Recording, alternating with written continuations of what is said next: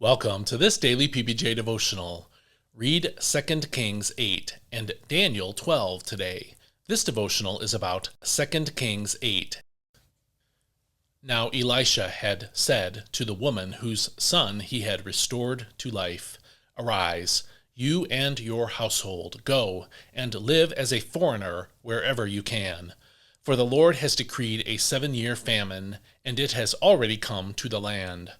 So the woman had proceeded to do as the man of God had instructed, and she and her household lived as foreigners for 7 years in the land of the Philistines. At the end of 7 years, when the woman returned from the land of the Philistines, she went to the king to appeal for her house and her land.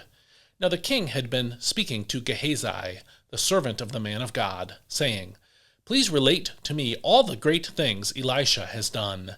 And Gehazi was telling the king how Elisha had brought the dead back to life. Just then, the woman whose son Elisha had revived came to appeal to the king for her house and her land. So Gehazi said, "My lord the king, this is the woman, and this is the son Elisha restored to life." When the king asked the woman, she confirmed it. So the king appointed for her an officer, saying, "Restore all that was hers, along with all the proceeds of the field from the day that she left the country until now." Then Elisha came to Damascus, while Ben-Hadad, king of Aram, was sick, and the king was told, "The man of God has come here." So the king said to Hazael, "Take a gift in your hand. Go to meet the man of God, and inquire of the Lord through him, 'Will I recover from this illness?'" So Hazael went to meet Elisha, taking with him a gift of 40 camel loads of every good thing from Damascus. And he went in and stood before him and said, "Your son Ben-Hadad, king of Aram, has sent me to ask, 'Will I recover from this illness?'" Elisha answered, "Go and tell him, 'You will surely recover.' But the Lord has shown me that, in fact, he will die." Elisha fixed his gaze steadily on him until Hazael became uncomfortable. Then the man of God began to weep. "Why is my lord weeping?" asked Hazael. "Because I know the evil you will do to the Israelites," Elisha replied. "You will set fire to their fortresses, kill their young men with the sword, dash their little ones to pieces, and rip open their pregnant women. But how could your servant, a mere dog, do such a monstrous thing?" said Hazael. And Elisha answered, "The Lord has shown me that you will be king over Aram." So Hazael left Elisha and went to his master, who asked him, "What did Elisha say to you?" And he replied, "He told me that you would surely recover." But the next day Hazael took a thick cloth, dipped it in water, and spread it over the king's face. So Ben-Hadad died, and Hazael reigned in his place.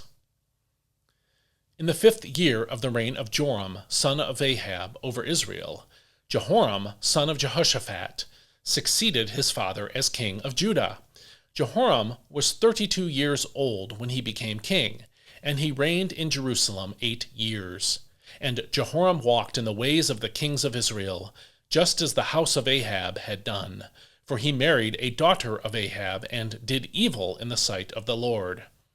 Yet for the sake of his servant David, the Lord was unwilling to destroy Judah, since he had promised to maintain a lamp for David and his descendants forever.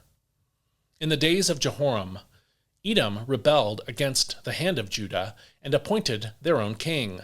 So Jehoram crossed over to Zair with all his chariots. When the Edomites surrounded him and his chariot commanders, he rose up and attacked by night. His troops, however, fled to their homes. So to this day Edom has been in rebellion against the hand of Judah. Likewise, Libnah rebelled at the same time. As for the rest of the acts of Jehoram, along with all his accomplishments, are they not written in the book of the Chronicles of the Kings of Judah? And Jehoram rested with his fathers, and was buried with them in the city of David, and his son Ahaziah reigned in his place. In the 12th year of the reign of Joram, son of Ahab, over Israel, Ahaziah, son of Jehoram, became king of Judah. Ahaziah was 22 years old when he became king, and he reigned in Jerusalem 1 year. His mother's name was Athaliah, the granddaughter of Omri, king of Israel. And Ahaziah walked in the ways of the house of Ahab, and did evil in the sight of the Lord, like the house of Ahab, for he was a son-in-law of the house of Ahab. Then Ahaziah went with Joram, son of Ahab, to fight against Hazael, king of Aram, at Ramoth-Gilead, and the Arameans wounded Joram. So King Joram returned to Jezreel to recover from the wounds that the Arameans had inflicted on him at Ramah, when he fought against Hazael, king of Aram. Then Ahaziah, son of Jehoram, king of Judah, went down to Jezreel to visit Joram, son of Ahab, because Joram had been wounded. This is God's word.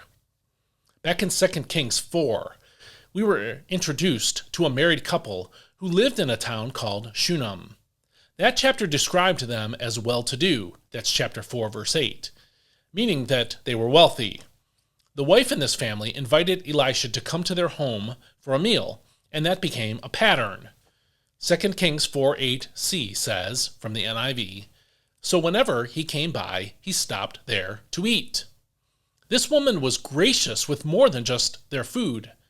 Verses 9 and 10 of chapter 4 describe how she planned with her husband to make a room on the roof for Elisha to stay in whenever he came to town. Then, in gratitude for their hospitality, Elisha prayed and asked God to give her a son. And after God did give her a son, the boy died, but God raised him back to life through Elisha. Here in chapter 8, the story of this family resumed. In our reading, we learned that Elisha told the family to leave when the famine was coming, according to verse 1, and they listened, according to verse 2, and lived in Philistia for 7 years.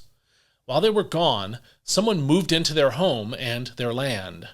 When the family returned, the woman went to see the king and asked him to restore the land to her, according to verse 3. Wouldn't you know it, just at that very minute, Gehazi, the servant of Elisha, was telling the king about the resurrection of her son. That's verse 5. Timing is everything, and in the providence of God, Gehazi's story, plus her appearance at the end of it, caused the king to give her both justice and favor. The gift of justice was the restoration of her home and land. His favor was also getting all the income from her land from the day she left the country until now, as verse 6c says in the NIV. All of these good things that happened to her began when she showed kindness to God's servant Elisha, by volunteering to feed him and then welcoming him back again and again to her dinner table, and then building a private room for him in her home.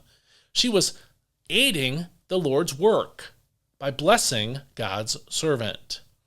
After those acts of kindness, God blessed her again and again, giving her a son when she was childless, raising that son from the dead when he died prematurely, and restoring her home, land, and income after she left and came back to Israel. The Bible does not guarantee wealth to those who bless God's work, but it does promise blessings to those who give. Jesus said it this way, "Give, and it will be given to you. A good measure, pressed down, shaken together, and running over will be poured into your lap. For with the same measure you use, it will be measured to you." That's Luke chapter 6, verse 38. Are you faithful in giving to the Lord's work? Are you generous with others? And are you looking for ways to volunteer and meet the needs of God's servants? God promises blessing for these things. Not that you'll be rich, but that there will be blessings in your life. So consider how you are aiding the Lord's work, and we'll see you next time. May God bless you. Hope you have a great day today.